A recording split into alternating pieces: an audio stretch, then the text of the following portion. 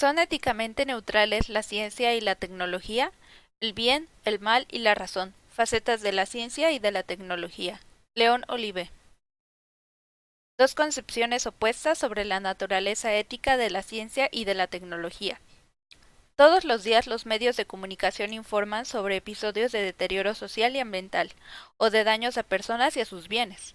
A veces se trata de desastres naturales, terremotos, huracanes, sequías, pero en muchos casos se trata de daños producidos mediante la aplicación del conocimiento científico y de alguna tecnología. En las guerras, en actos terroristas y en crímenes comunes se utilizan armas convencionales o sofisticados armamentos.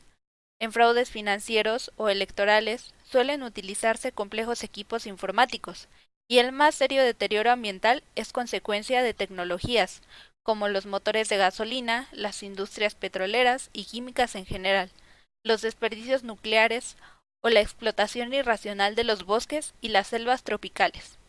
Pero también diariamente leemos sobre los beneficios de la ciencia y la tecnología, terapias más efectivas para enfermedades que hasta hace poco eran mortales, nuevas vacunas que permiten controlar epidemias, remedios para la impotencia sexual, robots que hacen cirugías de corazón abierto, sistemas de cómputo y de comunicaciones que permiten teleconferencias, y una mejor educación a distancia. Productos novedosos en la telefonía móvil, en Internet o en aviones para hacer la comunicación más rápida, segura y económica. La posibilidad de que el conocimiento científico y la tecnología se usen para bien y para mal ha dado lugar a concepciones encontradas acerca de su naturaleza y de los problemas éticos que plantean. Una de esas concepciones sostiene la llamada neutralidad valorativa de la ciencia y de la tecnología. De acuerdo con ella, la ciencia y la tecnología no son buenas ni malas por sí mismas. Su carácter positivo o negativo desde un punto de vista moral dependerá de cómo se usen los conocimientos, las técnicas y los instrumentos que ellas ofrecen a los seres humanos. Esta posición sostiene, por ejemplo, que los conocimientos de física atómica y el control humano de la energía nuclear no son moralmente buenos ni malos por sí mismos. Son buenos si se usan para fines pacíficos y se cuidan los efectos ambientales, pero son malos si se usan para producir bombas y peor si estas bombas se utilizan efectivamente para destruir bienes y dañar a la naturaleza o para intimidar y dominar personas o pueblos. Para esta concepción, los conocimientos científicos y la tecnología solo son medios para obtener fines determinados. Los problemas éticos, en todo caso, surgen ante la elección de los fines a perseguir, pues son estos los que pueden ser buenos o malos, desde un punto de vista moral. Pero ni los científicos ni los tecnólogos son responsables de los fines que otros elijan. Esos fines los escogen, digamos, los políticos o los militares. La concepción de la neutralidad valorativa de la ciencia se basa principalmente en la distinción entre hechos y valores. Esa concepción supone que las teorías científicas tienen el fin de describir y explicar hechos, y que no es su papel el hacer juicios de valor sobre esos hechos. El papel de la tecnología es el de ofrecer los medios adecuados para obtener fines determinados, pero su aplicación, es decir, la decisión de obtener efectivamente tal o cual fin, no corresponde al tecnólogo. Él únicamente se limita a ofrecer los medios adecuados para la obtención del fin. Concluye la concepción de la neutralidad valorativa de la ciencia y de la tecnología. A esta concepción se opone otra, que propone un análisis según el cual la ciencia y la tecnología ya no pueden concebirse como indiferentes al bien y al mal. La razón es que la ciencia no se entiende únicamente como un conjunto de proposiciones o de teorías, ni la tecnología se entiende solo como un conjunto de artefactos o de técnicas. Según esta concepción alternativa, la ciencia y la tecnología se entienden como constituidas por sistemas de acciones intencionales, es decir, como sistemas que incluyen a los agentes que deliberadamente buscan ciertos fines, en función de determinados intereses, para lo cual ponen en juego creencias, conocimientos, valores y normas. Los intereses, los fines, los valores y las normas forman también de estos sistemas y sí son susceptibles de una evaluación moral. Veamos con más detalle esta concepción. Los sistemas científicos y técnicos como sistemas de acciones intencionales. Con frecuencia pensamos en el conocimiento científico como un conocimiento puro, desvinculado de los intereses, los valores y las pasiones de los seres humanos. Pero los conocimientos científicos no son ajenos a nada de eso. Además, la ciencia es mucho más que solo el conjunto de conocimientos científicos. La ciencia es un organismo dinámico, compuesto por prácticas, acciones e instituciones orientadas hacia el logro de fines, en función de deseos, intereses y valores. Análogamente, tendemos a pensar en la tecnología solo como un conjunto de aparatos e instrumentos, o si acaso también como un conjunto de técnicas. Sin embargo, la tecnología es algo mucho más complejo que solo los conjuntos de aparatos y técnicas. Como ya adelantamos, una importante concepción actual considera que la tecnología está formada por sistemas técnicos que incluyen a las personas y los fines que ellas persiguen intencionalmente, al igual que los conocimientos, las creencias y los valores que se ponen en juego al operar esos sistemas para tratar de obtener metas deseadas. Puesto que las intenciones, los fines y los valores, además de las acciones emprendidas y los resultados que de hecho se obtienen, intencionalmente o no, sí son susceptibles de ser juzgados desde un punto de vista moral, los sistemas técnicos pueden ser condenables o loables según los fines que se pretendan lograr mediante su aplicación, los resultados que de hecho produzcan y el tratamiento que den a las personas como agentes morales. Desde esta concepción, entonces, la ciencia y la tecnología no son éticamente neutrales. Técnicas, artefactos y sistemas técnicos. En filosofía de la tecnología suele hacerse una distinción entre técnicas, artefactos y sistemas técnicos. Miguel Ángel Quintanilla define estos conceptos de la siguiente manera. Las técnicas son sistemas de habilidades y reglas que sirven para resolver problemas. Las técnicas se inventan, se comunican, se aprenden y se aplican. Por ejemplo, podemos hablar de un grabado hecho con la técnica de punta seca, de técnicas para resolver sistemas de ecuaciones, de técnicas de propaganda para ganar el mercado para un cierto producto, o técnicas de lavado de cerebro para eliminar el pensamiento crítico y la disidencia en cierto sistema político. Los artefactos son objetos concretos que se usan al aplicar técnicas y que suelen ser el resultado de las transformaciones de otros objetos concretos. Los artefactos se producen, se fabrican, se usan y se intercambian. Todos estamos rodeados de artefactos en nuestra vida diaria: televisores, teléfonos, autobuses, computadoras, aviones. Pero ni las técnicas ni los artefactos existen al margen de las personas que las aplican o las usan con determinadas intenciones. Una piedra bruta no ha sido fabricada por nadie, no es un artefacto, pero puede ser usada como medio para pulir otra piedra, para romper una nuez o una cabeza. Cuando alguien la usa intencionalmente para transformar un objeto concreto, ha producido un artefacto, pero entonces se ha creado un sistema técnico.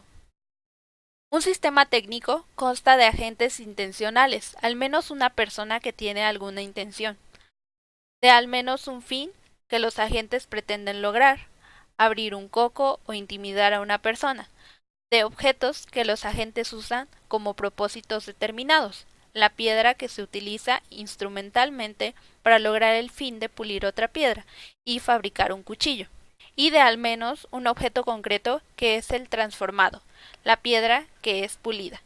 El resultado de la operación del sistema técnico, el objeto que ha sido transformado intencionalmente por alguna persona, es un artefacto, el cuchillo. Al plantearse fines, los agentes intencionales lo hacen contra un trasfondo de creencias y de valores. Alguien puede querer pulir una piedra porque cree que así le servirá para cortar ciertos frutos. La piedra pulida es algo que el agente intencional considera valiosa.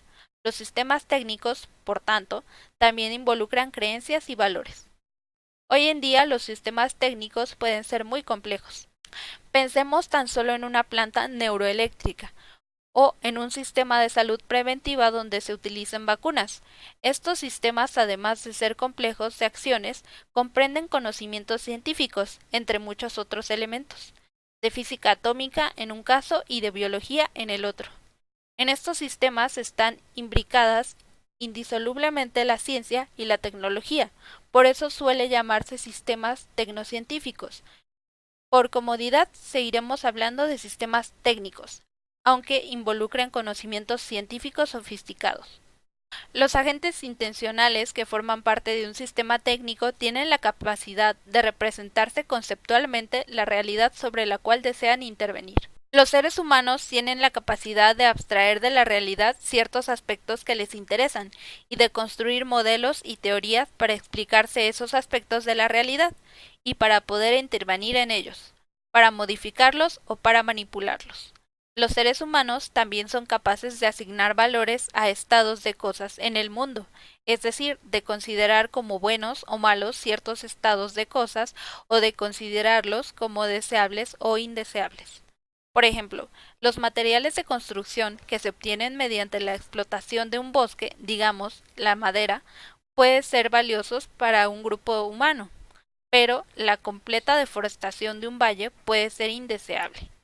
Todo esto significa que los seres humanos son capaces de tomar decisiones y de promover la realización de ciertos estados de cosas en función de sus representaciones, intereses, valoraciones, deseos y preferencias. Los agentes intencionales también son capaces de hacer seguimientos de sus acciones y, en su caso, corregir sus decisiones y sus cursos de acción.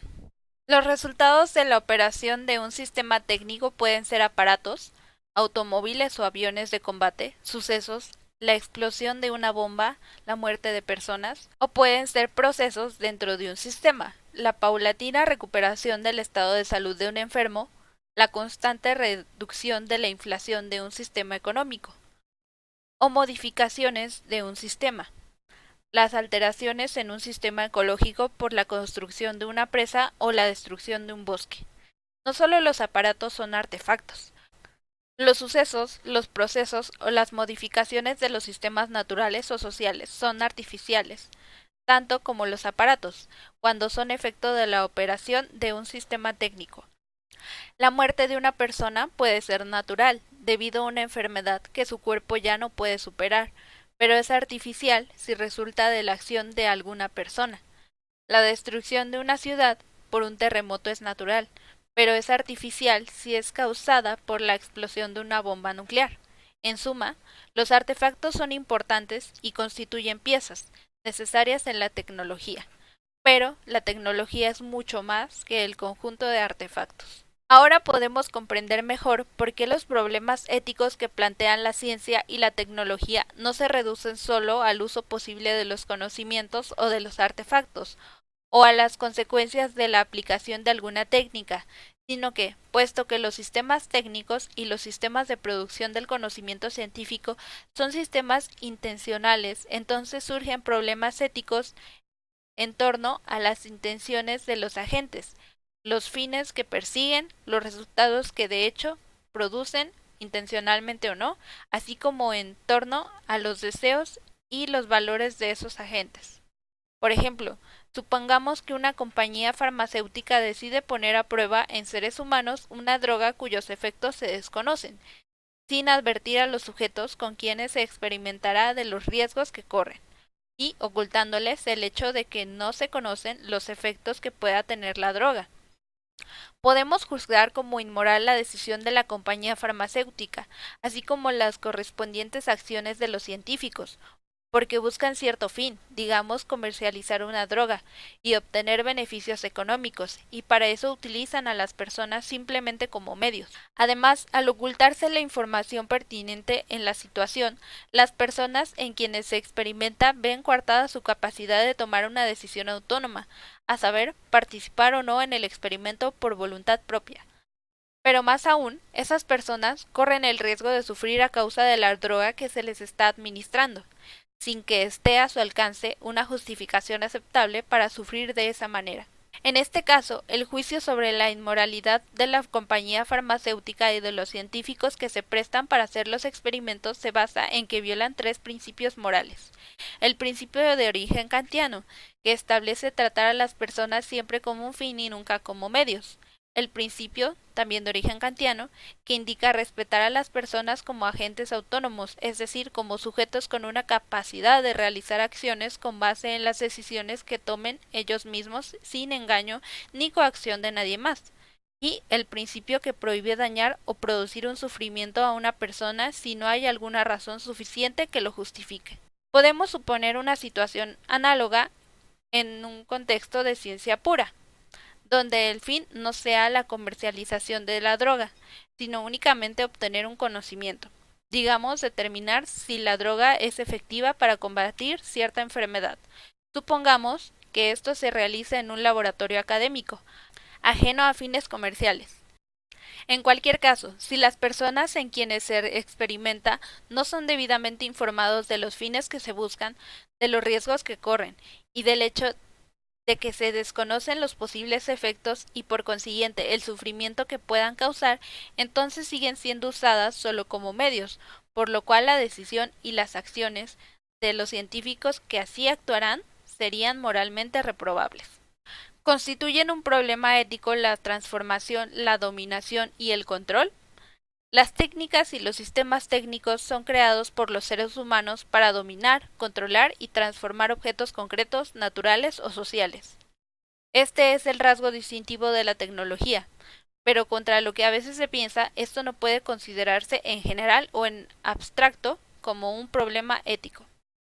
Por ejemplo, el control de una epidemia es bueno. El control de la inflación sin desempleo y sin miseria es bueno. El dominio y el control de la fuerza de una catarata son buenos si sirven para generar energía eléctrica de una manera que no contamine el ambiente. Pero el dominio de un pueblo sobre otro, sojuzgando y explotando a las personas de otro pueblo, es condenable. La transformación de tierras de cultivo empobrecidas en un campo de golf en una región de un país donde habita una comunidad con cultura tradicional, digamos un pueblo indígena, puede ser bueno si genera empleos y produce un bienestar a la población respetando sus formas de vida y si además las modificaciones al medio no son nocivas. Pero la transformación de tierras de cultivo en un campo de golf, aunque aquellas no se cultiven con técnicas ni por medios de relaciones sociales altamente productivas en términos de una economía de mercado, es moralmente reprobable. Tienen como consecuencia la disolución de la comunidad tradicional contra la voluntad de sus miembros. Matar intencionalmente a seres humanos, a animales y destruir bienes y sistemas ecológicos son acciones condenables, y peor cuando se hacen como medios para dominar, sojuzgar y explotar a otros seres humanos, como la mayoría de las guerras. Pero también hay casos de la operación de sistemas técnicos que culminan con la muerte de una persona, donde por lo menos merece la pena discutir si el fin es moralmente aceptable o condenable, como en los casos de eutanasia, entendida como la ayuda a que mueran con dignidad los enfermos incurables, en un estado terminal, que experimentan grandes sufrimientos y cuyas condiciones de vida ya son indignas. En estos casos, lo menos que podemos decir es que no es obvio que sea moralmente condenable la aplicación de la eutanasia. Si la muerte de una persona no es natural, sino buscada por el enfermo y asistida también intencionalmente por alguien más, entonces habrá operado algún sistema técnico. Recordemos que el sistema técnico incluye a los agentes intencionales. En este ejemplo, serán el propio enfermo y alguien más, probablemente un médico que lo ayuda a morir, tal vez mediante la administración de algún cóctel de drogas letales. Estos agentes intencionales se proponen un fin, terminar con la vida del enfermo, y así con su sufrimiento. El sistema incluye también los medios que se utilizan para obtener el fin, el cóctel mortífero, que es un artefacto, así como ciertas creencias y valores de los agentes intencionales. Por ejemplo, la creencia de que la enfermedad es incurable y continuará deteriorando las condiciones de vida del enfermo. La creencia de que el cóctel terminará con la vida y los sufrimientos del enfermo. Y el valor de que toda persona merece vivir y morir dignamente. Al pensar en situaciones como las anteriores, nos damos cuenta de que la tesis de la neutralidad valorativa, por tanto ética, de la ciencia y de la tecnología, tienen una parte de razón, porque no es posible evaluar moralmente la ciencia y la tecnología en general o en abstracto, es decir, no tiene sentido afirmar que la ciencia en general es buena o mala, ni que la tecnología en general es mala o buena. Sin embargo, esta concepción falla porque pasa por alto que la tecnología solo funciona mediante la aplicación de sistemas técnicos concretos, donde se persiguen fines determinados que se consideran valiosos.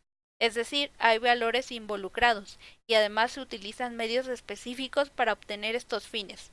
La dominación y el control sobre alguien específico o sobre algo concreto sí pueden ser evaluados moralmente, porque siempre se realizan por medio de técnicas y sistemas técnicos particulares, con propósitos definidos, con medios específicos y con consecuencias observables. Los sistemas técnicos concretos, por tanto, sí están sujetos a evaluaciones morales y no son éticamente neutros. Lo mismo ocurre en la ciencia, aunque no tiene sentido juzgarla moralmente en abstracto, es decir, por ejemplo, la ciencia en general es buena o mala desde un punto de vista moral. Es importante entender que la ciencia es mucho más que solo el conjunto de conocimientos científicos. La ciencia también incluye sistemas de acciones de los científicos, en los que se plantean fines, es decir, metas a alcanzar en sus proyectos de investigación, y están involucrados valores, y en los que deben utilizarse ciertos medios para obtener esos fines. En muchos casos, los fines y los medios, así como los valores, serán aceptables desde un punto de vista moral.